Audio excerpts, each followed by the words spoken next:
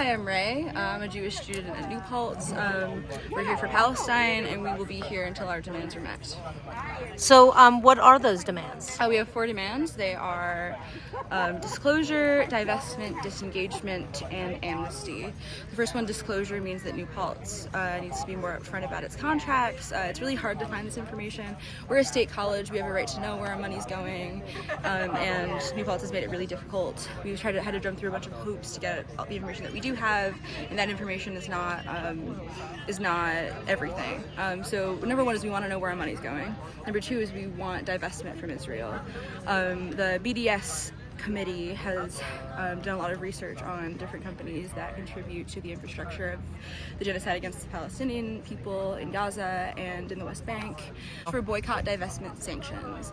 It's a movement that is specifically focused towards divesting from the state of Israel to put financial pressure on basically to stop funding this genocide. This isn't an issue of, it's not a war, it's not an issue of religion, it's not an issue of rights to be on land, it's simply an issue of money. It's an issue of settler colonialism and of genocide being profitable. Our third demand is disengagement, which basically says that New Paltz must not sign any more contracts with any companies that are culpable for genocide. We've identified 2 contracts for this from this engineering firm called Siemens. Siemens does some of our heating and cooling things. They also do some security, maybe surveillance here. We're not sure the extent of it because New Paltz has not been very upfront with us. But we know that New Paltz has 2 contracts with Siemens that amount to about in the range of $800,000. So we would like New Paltz to adopt a policy of non-engagement with other companies that are responsible for genocide, so that it's not like they divest now to keep us happy and then they sign again later. And our fourth demand is amnesty. Student protesters on our campus have been met with the threats of academic consequences. There was a rally last week where we were kicked off of campus and threatened with academic consequences if we stayed. It's a public campus. People from the community are allowed to walk here. They can't tell us we can leave, or they can try, but it's within our rights to be able to organize peacefully here. So our fourth demand is amnesty, and so a lot of our professors have been kind of intimidated into silence about Palestine. There's a lot of bad faith investigations on professors who just speak honestly about the genocide. Our press on campus, our student newspaper has been censored by the administration. We're just asking that the university allow us to practice our right to free speech. So has there been any headway with that, the last one? In terms of academic consequences? No, they have not threatened anything else. They threatened it the one time, we left, they came back, they asked for our IDs, we said no.